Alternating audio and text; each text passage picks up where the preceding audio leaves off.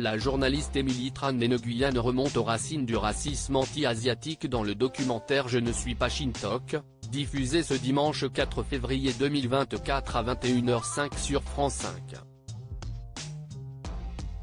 Une enquête édifiante et engagée sur un fléau dont on parle peu en France. Petit, discret, travailleur. Autant de préjugés dont sont régulièrement victimes les Asiatiques. Le comédien Frédéric Chao, victime d'une blague sur le tournage de Quest Ce qu'on a fait au bon Dieu, résume sans doute le mieux le caractère insidieux de ce fléau. Notre communauté souffre d'un racisme positif.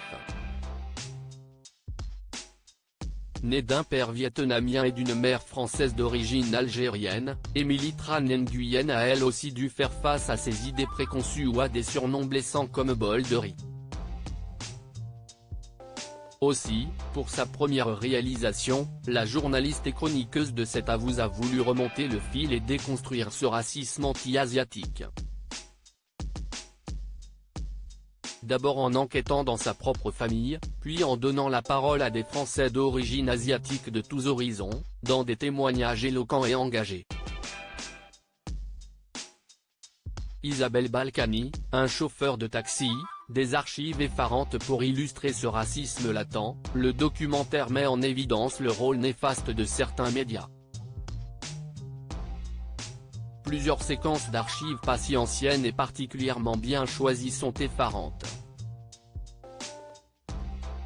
Le passage consacré au dossier hallucinant du Point intitulé L'intrigante réussite des Chinois en France, datant de 2012, en est une. Celui où un journaliste télé demande à un chauffeur de taxi d'origine asiatique s'il se relaie avec un autre qui dormirait dans le coffre en est une autre. Et que dire du surnom grain de riz donné par Isabelle Balkany à un employé cambodgien. Outre ses retours en arrière, Émilie Tran Nguyen nourrit ses recherches en questionnant son histoire familiale et en interrogeant son père et sa grand-mère. Dès quand en France le documentaire va plus loin en tentant de remonter à l'origine de ce racisme contre les Asiatiques.